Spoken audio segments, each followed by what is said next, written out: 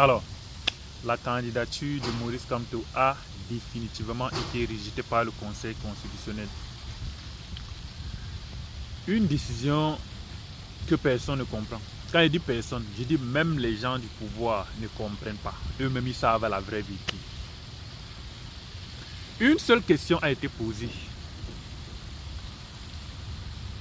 Qui reçoit les conventions du parti par l'État? Qui reçoit les conventions? C'est Anissé Ekane ou bien c'est Dieudonné Yebga?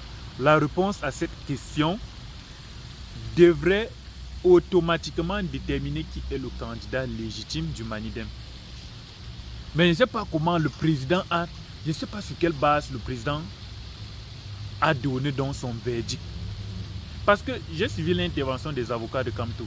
Il dit les interventions étaient claires. Il y avait des preuves qu'il y a eu manipulation. Il y a eu manipulation du MINAT. Mais je ne comprends pas comment cette décision a été prise. Et quand on vous parle, le truc c'est que ici, il ne s'agit pas d'aimer ou bien de détester Kamto. Je vous dis très bien, ce n'est pas de ça qu'il s'agit.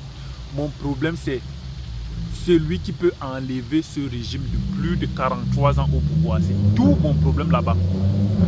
Quand un militaire doit aller en guerre, il ne cherche pas dans son squat les gens qui l'aiment. Non.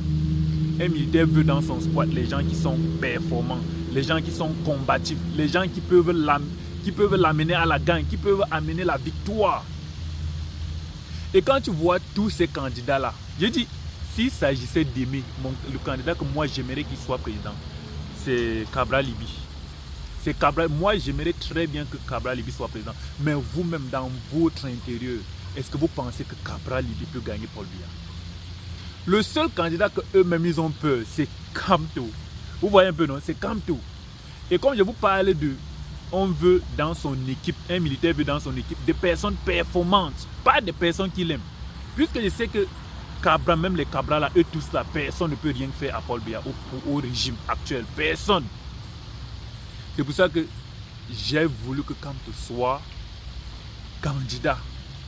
Pour faire au moins bouger ces élections, ça ne va ressembler à rien sans lui. J'ai dit ça ne va ressembler à rien. Ce n'est pas une question de fanatisme ici. Tous ceux qui supportent même Cabral, eux-mêmes ils savent. Cabral ne fait pas le poids face à Kamto. Il ne fait pas le poids face à... Je vous jure que moi,